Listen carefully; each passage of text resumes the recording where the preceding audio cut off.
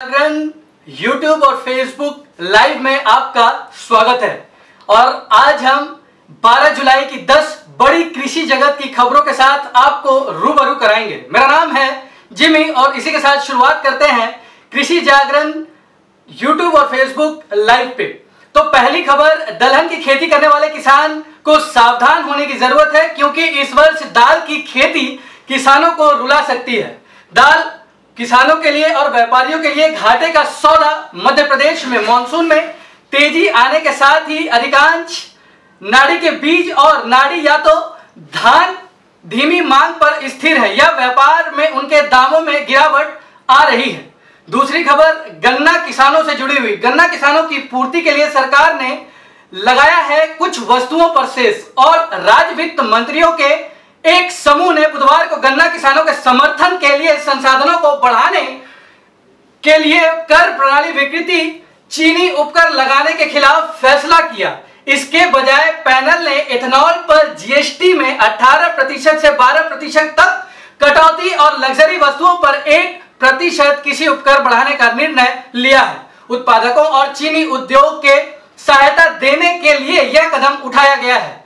तीसरी खबर, भारत में कृषि व्यवसाय प्रबंधन पढ़ाने वाले इंडियन इंस्टीट्यूट ऑफ मैनेजमेंट द्वारा पेश किए गए खाद्य और कृषि व्यवसाय प्रबंधन में 2 साल के पोस्ट ग्रेजुएट कार्यालय को एडू यूनिवर्सल पेरिस फ्रांस द्वारा लगातार 3 वर्षों तक दुनिया में नंबर 1 स्थान दिया गया। और चौथी खबर, विलासिता की वस्तुओं पर भारी टैक्स हो सकती है। चीनी पर केंद्रीय वित्त मंत्री अरुण जेटली और राज्यों के वित्त मंत्रियों ने मिलकर कथित विलासिता की वस्तुओं पर भारी कर लगाने का फैसला लिया है। इन वस्तुओं में तंबाकू, पान मसाला और गैस युक्त पेय पदार्थ शामिल है। साथ विलासिता की वस्तुओं की श्रेणी में लग्जरी वाहनों को भी रखा गया है और इन पर कर की दरें ऊंची रखी गई है। पांचवी खबर, बारिश से डूबे चाय के बागान से चाय की कीमतों में उछाल आ गई है। और हम बात करेंगे कानपुर के लोगों को जो अभी तक बारिश का इंतजार ही कर रही थी। वहीं असम के चाय में बागान बाढ़ के पानी में डूब गए हैं। कई जिलों में इसका प्रभाव है जिसकी वजह से पत्तियों को तोड़ने का काम बंद हो गया है। कई स्थानों पर तो पौधों ही बह गए हैं। इस वजह से शहर में चाय की कीमतों में तेजी बढ़ने लगी है। मात्र 20 दिनों में इनमें 50 रुपए का उछाल आया है।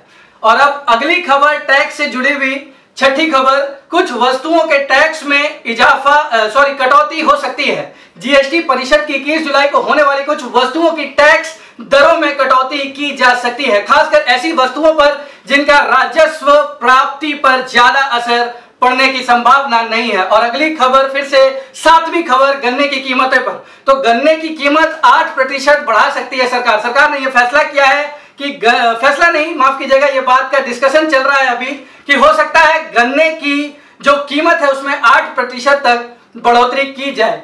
कई खरीफ फसलों के एमएसपी में बढ़ोतरी के बाद सरकार अब गन्ने के दाम में 8% बढ़ोतरी की प्रस्ताव पर विचार कर रही है। हालांकि शुगर इंडस्ट्री को डर है कि इससे उनके मुनाफे में कमी आएगी और मिलों के लिए किसानों की बकाया राशि का भुगतान करना मुश्किल हो जाएगा। और 8वीं खबर, बाजार में मांग बढ़ने से गेहूं के दामों में आई है तेजी। जी हां, सीमित आपूर्ति के बीच मांग बढ़ने की वजह से गेहूं के भाव में तेजी आ गई है। लेकिन परेशानी यह है कि लागत ज्यादा बैठने की वजह से आयात की संभावना नहीं है। चीनी पर उपकर लगाने के पक्ष में।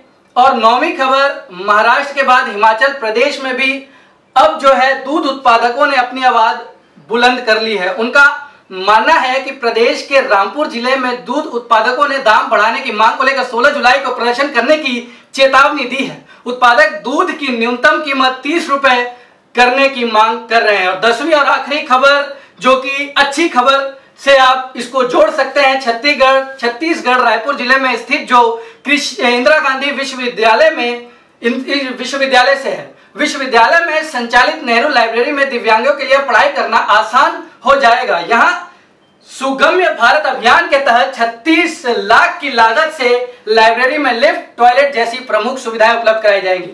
तो ये थी दिन भर की आज कृषि जगत की 10 बड़ी खबर हमारे साथ कृषि जागरण में। और इसी के साथ हमें कमेंट बॉक्स में आप अपना मैसेज देते रहिए कि आपको ये कृषि जागरण बुलेटिन कैसा लगता है। उसके बाद हम उसे में नियमित अगर कुछ बदलाव करना हो तो हम बदलाव करेंगे। धन्यवाद। हम आपके साथ कल इसी टाइम 6 बजे फिर से 10 बड़ी खबरों के साथ रूबरू होंगे। धन्यवाद।